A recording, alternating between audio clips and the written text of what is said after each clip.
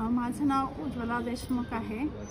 माझं वय 42 आहे आणि मी आत्ता इथं मला खूप हे त्रास होते खूप की माझी असं दुखते मानाची भरपूर.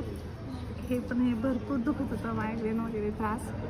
तर मी तर ट्रीटमेंट अगोदर भरपूर ठिकाणी दाखवलं डॉक्टरांना, गोळ्या वगैरे घेतल्या भरपूर, पण माझं काही कमी झालं नाही आहे. तर मी आता जस्ट इथं ॲक्युप्रेशर इथं आलेली आहे आणि मी त्यांच्याकडून पॉईंट वगैरे दाबून घेतले, तर मला खूप रिलॅक्स वाटते. मला म्हणजे भरपूर रिलॅक्स वाटते असं.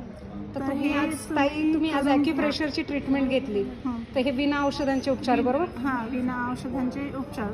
तर तुम्ही बोला. आणि ते पहिल्यांदाच घेतले तर मला एवढं रिलॅक्स वाटतंय की मी ते पूर्ण करेन.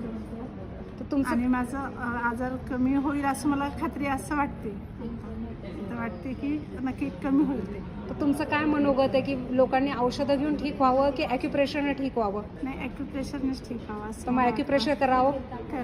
जरूर करावं. धन्यवाद.